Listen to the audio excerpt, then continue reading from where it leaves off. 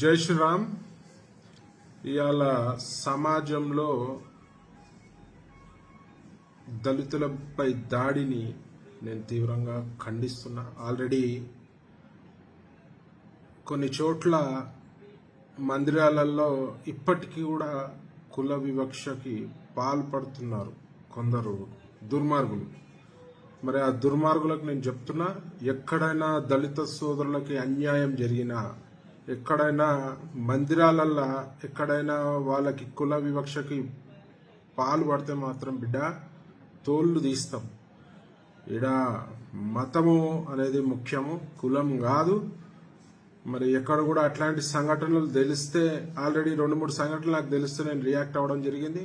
మరి ఫర్దర్గా కూడా ఇలా హిందుత్వంలో కాపాడడంలో ఒక ముఖ్యమైన పాత్ర దళిత సోదరులు పోషిస్తున్నారు.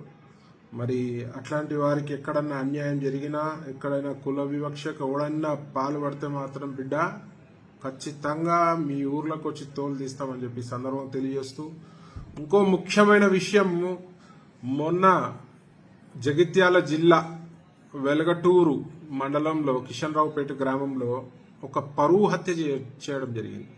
మల్లేష్ అనే ఒక యువకుడిని, మరి ఒక పెద్ద కులానికి చెందిన యువతితో ప్రేమలో ఉన్నాడని చెప్పి మరి మల్లేష్ని దారుణంగా కిరాతకంగా మరి చంపించడం జరిగింది. దీన్ని నేను తీవ్రంగా ఖండిస్తున్నా. ఇట్లాంటి పిచ్చి చర్యలు చేస్తే మాత్రము ఇక్కడ ఎవ్వడు ఊరుకునేటోడు లేడు. దళితులకు అందరికీ కూడా ఎల్లప్పుడూ నేను అందుబాటులో ఉంటా. దీనిపై పోలీసులు తీవ్రమైన కేసు కట్టి, మరి అట్లా ఎవరైతే ఈ హత్యకి పాల్పడ్డారో వాళ్ళపై కఠినంగా వివరించి గట్టి శిక్ష వేయాలి. మున్ముందు దళితుల వైపు ఇట్లాంటి విషయాలలో కూడా చూడాలంటే భయపడే విధంగా శిక్షలు ఉండాలని చెప్పి పోలీసు వారిని కూడా కోరడం జరుగుతుంది. మరి చికోటి ప్రవీణ్ ఎప్పుడు కూడా దళితులకు అండగా ఉంటాడు. ఎట్లాంటి విషయాలలోనా దళిత సోదరులకి ఎంబడి నడుస్తాడు, ఎంబడి ఉంటాడు.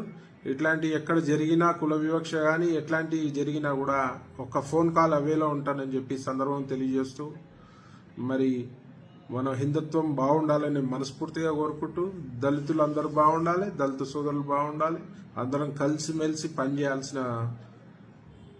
చేయాల్సిందిగా మనవి చేస్తూ మీ చికోటి.